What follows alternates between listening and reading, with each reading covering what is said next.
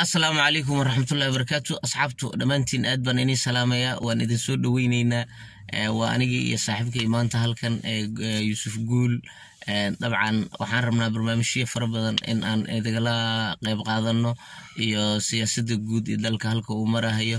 iyo halka aan doonayno inaan gaarno mustaqbalka iyo halka maanta aan joogno iyo farqiga u dhaxeeya sababaha lagu gaari karo iyo caqabadaha hortaagan in isleenahay hadda saacadan xaadirka waa kuwa magaranaysaa aad u adag siba doorashooyinka oo dhicila khilaafka siyaasadeed ee dalka ka taagan ismari waaga abaaraha coronaviruska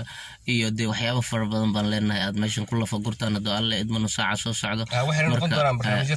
insha Allah bismillahi alkarim waxayna noqon doonaan barnaamijyo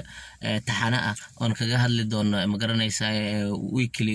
in maalin insha Allah bismillahi alkarim hadaan jaanis oo helno inkastoo isleeyahay jaanisyada cariiri laakiin waxay noqon doonaan kuwa taxana ah inaad ku xirnaataan oo share gareysaan subscribe in nagala baqeylin iyo like ila lacag idanka ma aha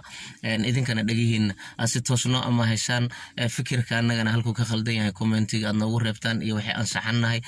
waa idinka rajaynaynaa insha Allah bismillahi alkarim inta waa intii hor dhaca ahayd marka insha Allah weegan soo socdo ayaan bilaabi doonaa intan waxa la dhihi jiray xayisiin ama hor dhac weeyaan waa soo qaban doonaa goobo qurux badan baan insha Allah habeen doonaa aan isku dubaridi doonaa qalqaal fiican baa socda insha Allah bismillahi alkarim dhawaana waxaan isku dayeynaa inaan TV caalami aan khadka soo gelino si siyaasiyiinta iyo loogu la fagoro dalka waxa ka socdo maadaama maanta loo baahan yahay in wax la bedelo sababtoo tahay bariyahan khadka waxa aad u qabsaday niman la yiraahdo CBB marka cayayaanka baraha bulshada lagu magacaabay marka anagoo isxil qaanay baan waxaan sameeynaa urur la yiraahdo WBB wadaniga magaranaysaa baraha bulshada ayaan magacawnay insha Allah bismillahi alkarim waxaan inii soo jeedin doonaa barnaamijyo taxane aad ba u mahadsantiin dhamaantiin aadna waa inay salaameynaa gacmo furan baa idin leenahay nagu soo dhawaada